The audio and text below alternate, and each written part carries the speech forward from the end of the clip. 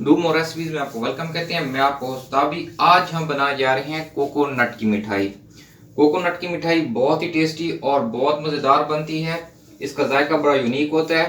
तो चलते हैं अपनी रेसिपी की तरफ। सबसे पहले हम एक पैन के अंदर थोड़ा सा ऑयल गरम करेंगे और उसके अंदर हम कम से कम 150 ग्राम हम कोकोनट का जो बूरा होगा वो हम इसमें ऐड करेंगे।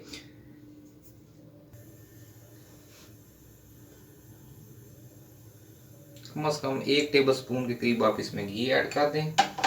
एक बात का ख्याल रखिएगा कि इसमें आपने घी ऐड करना है, चाहे वो देसी हो या कोई भी अच्छे ब्रांड का घी हो। इसमें आपने कुकिंग ऑयल को बिल्कुल भी इस्तेमाल नहीं करना। अब इसके अंदर हम 150 ग्राम, ये मैंने खुद क्रश किया है, आप ताज़ा खोपरा ले लें गरी का और नारियल का, उसको आप क्रश करके इस तरह पाउडर फॉर्म में बना लें। इसका ये फायदा है कि इसके अंदर इसका अपना ओरिजिनल ऑयल भी है और ये फ्रेश है। अगर आप मार्केट से लेंगे तो वो काफ़ी अच्छा पुराना होता है और वो ड्राई हो चुका होता है। उससे जब आप मिठाई तैयार करेंगे उसका वो रिजल्ट नहीं निकलेगा जो इसका निकलेगा। इसको बिल्कुल धीमी आंच पे हम हल्का सा भूनेंगे, बहुत तेज आंच नहीं करनी, वरना इसका कलर बहुत जल्द डार्क हो जाएगा और ये जायका चेंज करके करवाहट की तरफ चला जाएगा।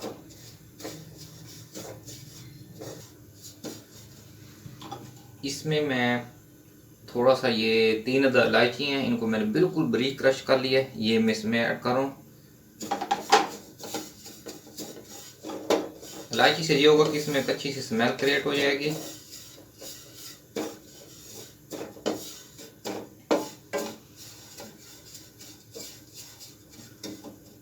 इसको हल्का सा हमने गरम करने के बाद इस बूरे को, इसमें मैं, ये मेरे पास ड्राई मिल्क है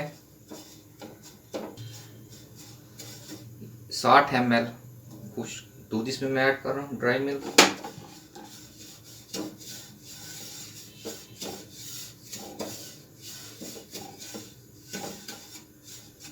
इसके साथ मैं इसमें थोड़ा सा खोया ऐड कर रहा हूँ 20 ग्राम के करीब।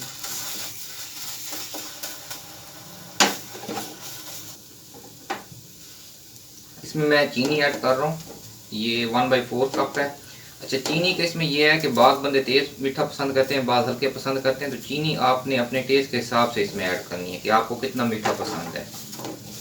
और अगर आपको चीनी बिल्कुल भी नहीं पसंद तो फिर इसमें आप आर्टिफिशियल जो स्वीटनर मिलते हैं वो भी आप ऐड कर सकते हैं, वो भी इसमें बड़ी आसानी से ऐड हो जाएंगे, उनका भी कोई इशू नहीं है।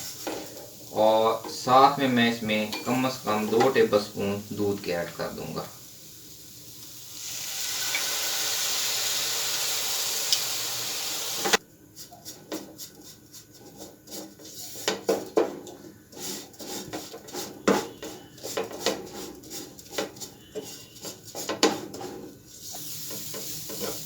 जी भैया, ये बिल्कुल अब रेडी हो गया है, बहुत झटपट तैयार हो जाती है ये मिठाई, इसमें कोई देर नहीं लगती, जस्ट 4 से 5 मिनट में ये मिठाई तैयार हो जाती है।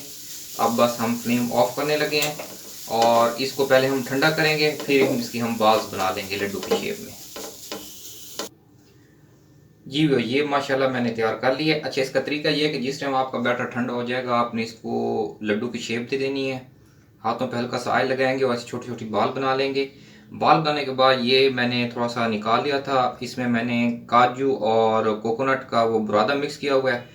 इन लड्डुओं को हम इसके ऊपर फ़ौरन डिप कर देंगे, इसके साथ चिपक जाएंगे। उसके बाद इसको हम इस तरह प्लेट में मतलब रख के, इनको पहले आपने थोड़ा ठंडा करना है फ्रिज के अंदर। फ़ौरन इनको आपने इस्तेमाल नहीं करना, क्योंकि गर्म होते हैं तो गर्म मतलब है नॉर्मल ठंडे हो जाते हैं टेम्परेचर पे, मगर उनमें वो सख्ती नहीं आती।